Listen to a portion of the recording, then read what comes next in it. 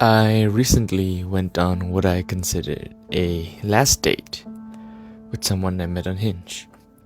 It wasn't our first date. In fact, we had only gone on one date before she decided to call things off. But we decided to meet up one more time, almost as a way to close the chapter. She had just returned from her trip to Iceland, and she had brought me a present: a bar of chocolate, a keychain, a warm smile, a tight hug, a few subdued giggles, and a final goodbye. It felt like the closing of a small but meaningful story. Typical of me after being rejected, as it happens quite often, I wanted to understand the situation a bit better. I wasn't asking for feedback in the sense of what could I have done differently to salvage things, but more in the sense of what can I learn from this experience? And she kindly replied, "It's not like that. I just didn't feel the spark." As we walked side by side, had dinner, enjoyed dessert, and then took another long walk, I asked her, "How do you know if you're in love?"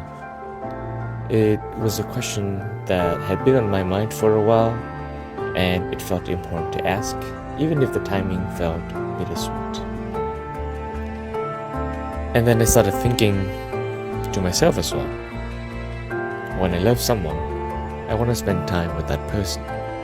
I pre-plan dates in advance, clear my schedule, and come up with a few different itineraries so that my partner can participate in deciding.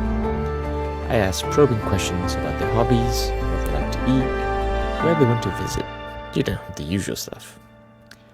When we meet, I put my phone on Do Not Disturb. I don't check the time.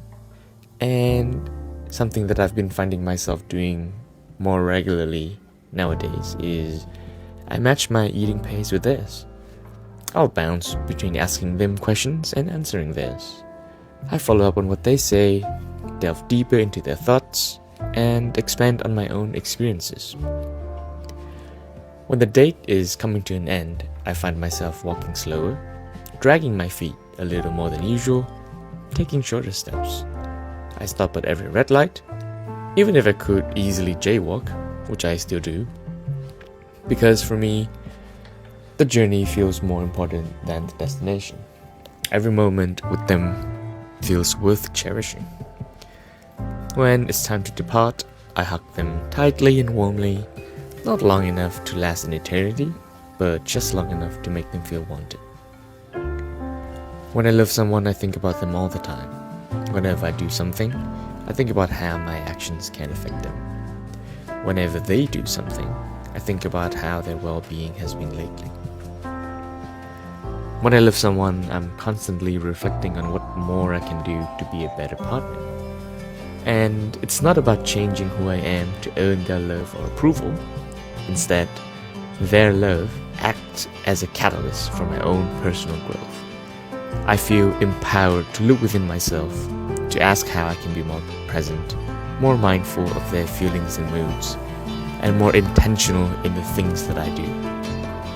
For me, love isn't about perfection, it's about continual improvement.